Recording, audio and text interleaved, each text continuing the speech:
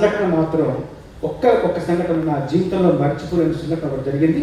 అది మీతో పాలుపంచుకోవాలనుకుంటున్నాను. అమెరికాలో వెంకట్ అని మా మిత్రుడు ఉన్నాడు. ఆయన సంకల్ప వృక్షం అనే పుస్తకం రాశాడు. వారం రోజులు ఇంట్లో ఉంది. ఆయన ఐటీ జాబ్ చేశాడు. వారం తర్వాత పుస్తకం రాసి మళ్ళీ ఆఫీస్కి వెళ్ళిన తర్వాత వాళ్ళ సహోద్యోగి ఒకరు అడిగారు అనమాట, ఎందుకు రాలేదంటే నేను పుస్తకం రాశాను అంటే, మరి ఆ పుస్తకం మాకు ఇవ్వచ్చు కదా, నేను చదువుకుంటాను. ఆవిడ తెల్ల ఆవిడ అనమాట, ఇంగ్లీష్ ఆవిడ. అయితే ఏమంటే నీకు అర్థం కాదు, నేను రాసింది వేరే ఒక ఇండియన్ లాంగ్వేజ్లో రాశానంటే, వాట్ ఈస్ దట్ లాంగ్వేజ్ అంటే, దట్ ఈస్ తెలుగు అని అన్నాడు.